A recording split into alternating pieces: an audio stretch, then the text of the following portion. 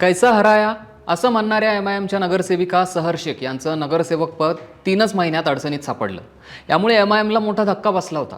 पण MIM या धक्क्यातून सावरत नाही, तोच त्यांना आता दुसरा धक्काही बसतोय।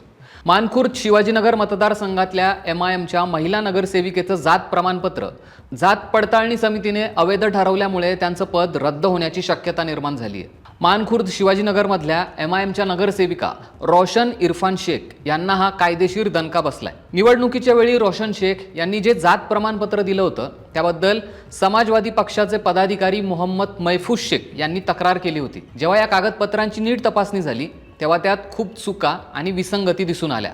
यानंतर जात प्रमाणपत्र पडताळणी समितीने पूर्ण चौकशी करून हे प्रमाणपत्र नियमात बसत नसल्याचं सांगत ते रद्द करण्याचा निर्णय घेतलाय। रोशन शेख यांनी या मतदारसंघातून 1348 मतांनी विजय मिळवला होता। पण आता जर त्यांचं पद गेलं तर इथली राजकीय गणितं पूर्णपणे बदलू शकतात। नियमाप्रमाणे जर त्यांचं पद रद्द झालंच तर त्यांच्या खालोखाल दुसऱ्या क्रमांकाची मतं मिळवणारे उमेदवार मोहम्मद महमूद शेख यांना नगरसेवक होण्याची संधी मिळू शकते। या निर्णयामुळे MIM पक्षाला मोठा धक्का बसला असला तरी रोशन शेख यांनी अजूनही आशा सोडलेली नाहीये। त्यांनी समितीच्या निर्णयाला उच्च न्यायालयात आव्हान देण्याची तयारी सुरू केली आहे। आम्ही कायद्याचा मान राखतो, पण या निर्णयाविरुद्ध आम्ही हायकोर्टात नक्की दाद मागू, असं रोशन शेख यांच्या जवळच्या लोकांकडून सांगण्यात येतंय। आधी सुद्धा मुंब्र्यातल्या MIMच्या उमेदवार सहर शेख या निवडून आल्या खऱ्या, पण त्यांचं जात प्रमाणपत्र बनावट असल्याचा आरोप करण्यात आला होता।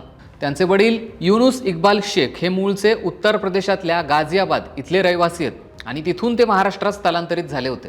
महाराष्ट्रात आल्यानंतर त्यांनी इतर मागास प्रवर्गासाठी लागणारा नमुना 8 याचा वापर करून सरकारी अधिकाऱ्यांची दिशाभूल केली आणि त्या आधारे महाराष्ट्रातल्या जातीचा बनावट दाखला मिळवला, असा गंभीर आरोप त्यांच्यावरती केला गेला होता। त्यामुळे सहर शेख यांचं नगरसेवक पद धोक्यात असतानाच MIMला आता दुसरा धक्का बसतोय। या दोन्ही प्रकरणांवर आता हायकोर्ट काय निकाल देतं आणि प्रशासन काय पावलं उचलतं याकडे सगळ्यांचं लक्ष लागलंय। तुम्हाला काय वाटतं? MIMच्या या दोन्ही नगरसेविकांचं नगरसेवक पद रद्द होऊ शकतं का? आम्हाला कमेंट करून नक्की सांगा आणि असेच व्हिडिओ पाहिजे असतील तर सरकारनामाला सबस्क्राईब करायला विसरू नका।